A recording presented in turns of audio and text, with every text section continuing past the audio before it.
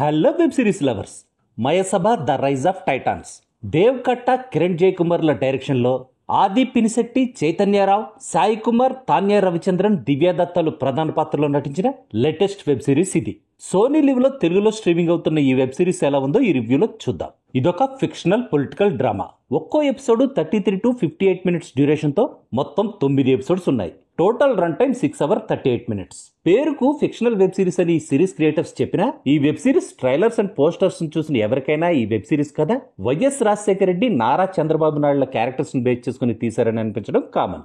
Audience expect చేసినట్టే ఈ web series ను చూస్తున్నంతసేపు వైఎస్ రాజశేఖర రెడ్డి, నారా చంద్రబాబు నాయుడులతో పాటు ఆంధ్రప్రదేశ్ రాజకీయాల్లో కీలక పాత్ర పోషించిన ఎన్టీఆర్, ఇందిరాగాంధీ, సంజయ్ గాంధీ, వంగవీటి మోహన్ రంగా, పరిటాల రవి, నాదెండ్ల భాస్కర్ రావు లాంటి పొలిటీషియన్స్ కూడా గుర్తొస్తారు. 1990s లో ఆంధ్రప్రదేశ్లోని అన్స్టేబుల్ పాలిటిక్స్ బ్యాక్డ్రాప్ లో తెరకెక్కించారు ఈ వెబ్ సిరీస్ ని.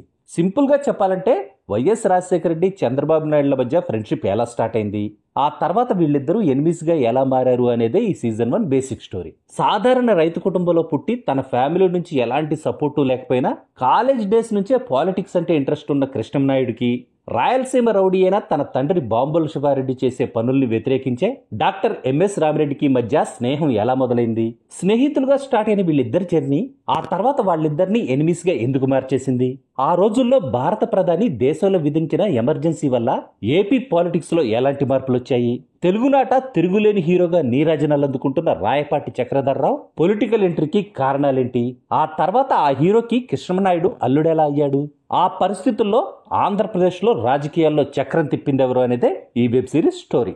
ఎలాంటి వివాదాలకు ఛాన్స్ ఇవ్వకుండా సిరీస్ స్టార్ట్ అయిన దగ్గర నుంచి ఎండ్ అయ్యే వరకు ప్రతి క్యారెక్టర్ను పర్ఫెక్ట్గా బ్యాలెన్స్ చేస్తూ కొద్దో గొప్ప ఈ కథ మీద అవగాహన ఉన్న వాళ్ళకు కూడా నెక్స్ట్ ఏం జరగబోతుందా అని క్యూరియాసిటీని జనరేట్ చేసేలా రాసుకున్న కథతో, ఎక్సలెంట్ సీన్స్ అండ్ వండర్ఫుల్ స్క్రీన్ ప్లేతో డైరెక్టర్స్ డియో దేవ్ కట్ట, కిరణ్ జయకుమార్లు ఈ సిరీస్ ను ఆడియన్స్ కి ప్రజెంట్ చేసిన ప్రాసెస్ నాకైతే నచ్చింది.